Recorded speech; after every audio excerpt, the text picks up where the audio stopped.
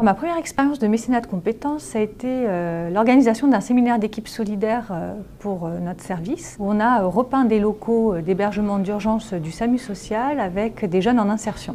Suite à ce séminaire, plusieurs personnes salariées qui avaient participé souhaitaient poursuivre l'expérience et accompagner les jeunes. On les aide à préparer leur CV, on leur corrige leur CV, on fait des entretiens pour leur montrer comment ça se passe. On leur demande ce qu'ils en ont pensé. Ensuite, c'est eux qui passent l'entretien, puis on échange.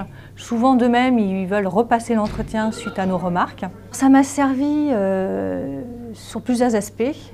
Déjà, de prendre conscience d'une réalité, puisque la société pousse quand même à un entre-soi. Ensuite, dans l'écoute, puisque ces jeunes qu'on accompagne, en peu de temps, on essaye de comprendre leur parcours, leurs attentes, et de les aider au mieux. Et puis aussi sur le rôle qu'on veut jouer soi-même dans la société par rapport à tous ces sujets. L'entreprise déjà elle donne une opportunité formidable aux salariés de pouvoir le faire jusqu'à 10 jours par an. Elle met à disposition toutes les missions sur une plateforme où on peut se connecter et en fonction du temps et du lieu choisir sa mission. C'est évident, quand on veut s'engager, il faut s'organiser pour pouvoir mener la mission. Il faut l'expliquer à son manager, parfois lui présenter la démarche du mécénat de compétences, parce que certains ne la connaissent pas.